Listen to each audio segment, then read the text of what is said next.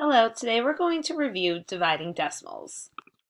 In this first problem, we have 2 and 48 hundredths divided by 4. The first thing you're going to do is look at your divisor.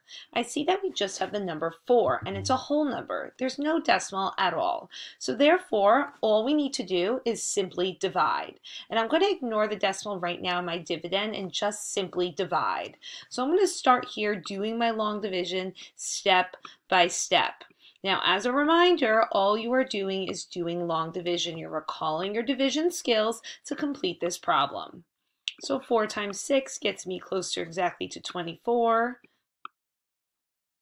And I subtract. Now again, you can choose whatever method you would like. I'm using the standard algorithm. If you would like to use partial quotients, you're more than welcome to. And we have no remainder here. So now we completed my division. Now I'm going to go back into my dividend, and I see that there's a decimal point right here. So all I'm going to do is simply bring that up to my quotient, making my answer 62 hundredths. And you know that's correct because if you did 62 hundredths times 4, you will get 2 and 48 hundredths. So you can do that to check your work. If you kept your answer as 62, you would not get that answer. And you have to make sure if your decimals in your dividend, you need to include that in your quotient. So therefore, the answer to this problem is 62 hundredths. Now for my next problem, I have 3 and 96 hundredths divided by 9 tenths. So again, we have 3 and 96 hundredths divided by 9 tenths. The first thing I'm going to do is look at my divisor. I see in my divisor here that there is a decimal point. We want to eliminate that decimal point before we solve. We can eliminate that decimal point by multiplying by 10. And when we multiply by 10, I'm moving my decimal point one place to the right. If I do this to my divisor, I need to do this to my dividend as well. So now I'm going to move this decimal point one place to the right, multiplying by 10.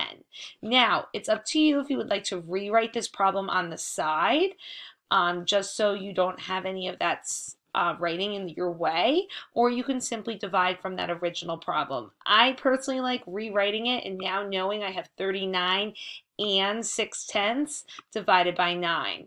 And notice here the first thing I see is that now in my divisor I no longer have a decimal point. So now I'm ready to do my long division. And I do know that 9 times 4 is 36. And I'm going to subtract. Now I bring down my 6.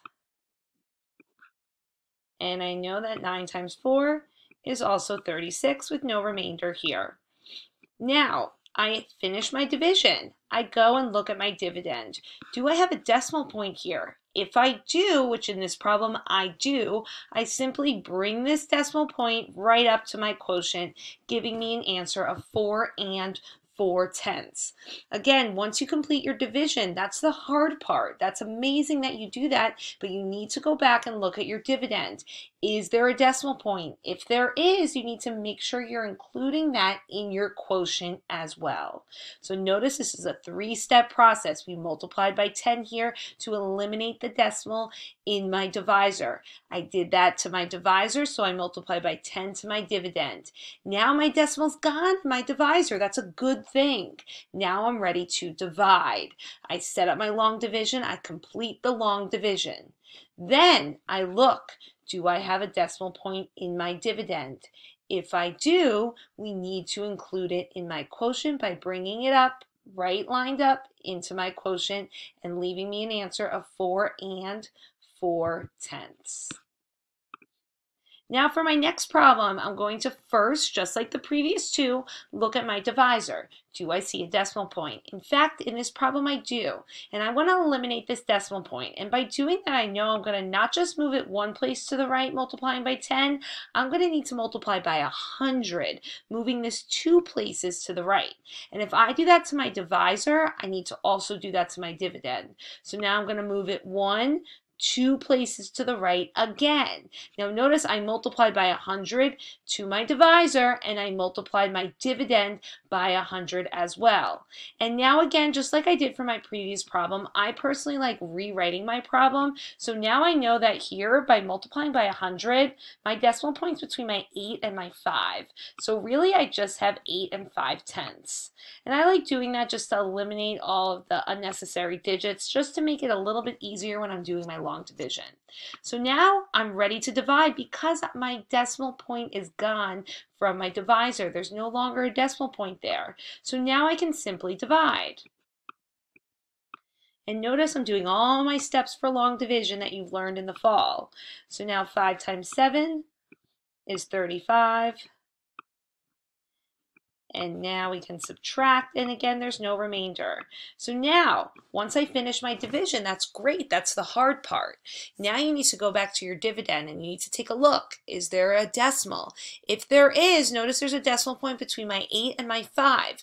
Therefore, I'm going to bring that to my quotient, putting that decimal point between my 1 and my 7. So now my answer is 1 and 7/10. Notice my decimal point for my quotient and my dividend are completely lined up.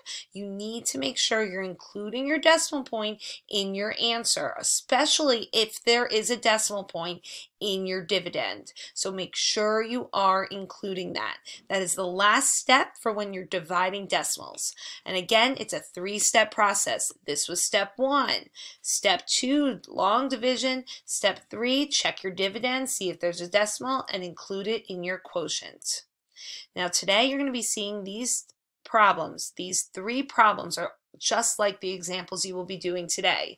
Follow the steps. You only have a few problems to complete as a nice dividing decimal review activity. As always, refer back to this video at any time. I encourage you to rewatch this if you need, so you can fully understand this material. And please rewatch as much as possible and reach out to me if you have any questions or concerns.